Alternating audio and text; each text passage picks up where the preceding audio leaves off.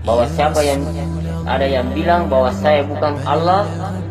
akan kuturunkan kilat, air laut akan kubelah, akan kembalikan bencana, kerajaan akan muncul, bahwa aku katanya bukan aku Allah. Siapa yang bilang bahwa aku ini bukan Allah, air laut akan kubelah dua. Dari adat cit pitau tadunya akhir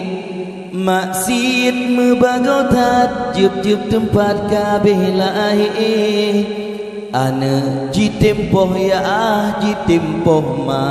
butat ganje jino adum di Aceh bulangkanyo ka terjadi akidah tan lambadan pergaulan ngenjahi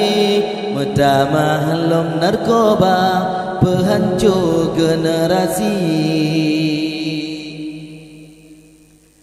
Na yang pegadro Allah di Aceh nyokalahi pegadro Nabi Isa di Aceh ka terjadi menyeke ulama syiji tejut pe Yahudi nyo pengikut taja halia darah tak semati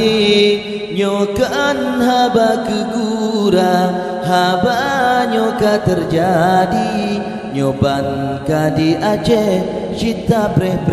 bala Rabbi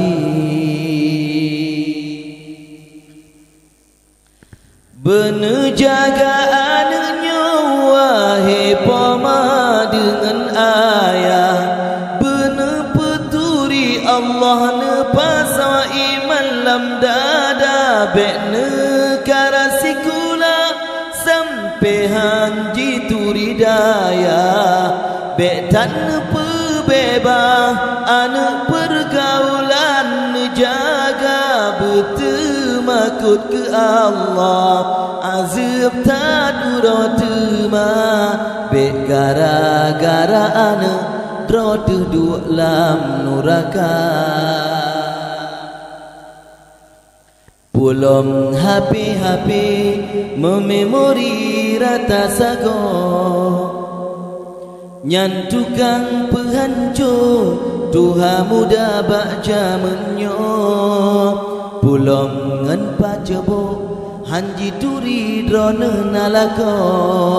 asai megairah dengku agam syid getampo kan hanjut ne megaul tapi bene jaga dro lagi keun Islam bek keun syaitan peturut dro kasep dalam maksiat pele tiuput donyanya jak minta akhirat ke pangkai ke tanyo tawa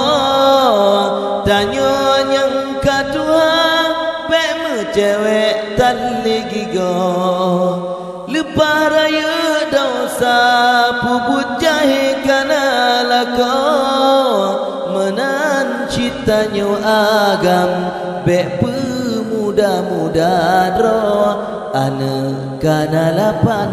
bek klep mata ngen kak putra letadum ane bajeng jimadeng pat yang lahir akibat pergaulan bebahana sawatamli sidara ji angkut bengah sepot hana pre lage sure kemang jipu siang le agam baki pakan pemahan netam pakan yahan netanyang beka sedot agam kemang keperut untuk hainang tak edali adat syid bitau tadonya akhir yang jut ke alamat mandum kabeh lahir lun pegat syairnya kan kun kedrona bahati bele tahe bala tahi gempa sabi-sabi. Jaga rawah tolan,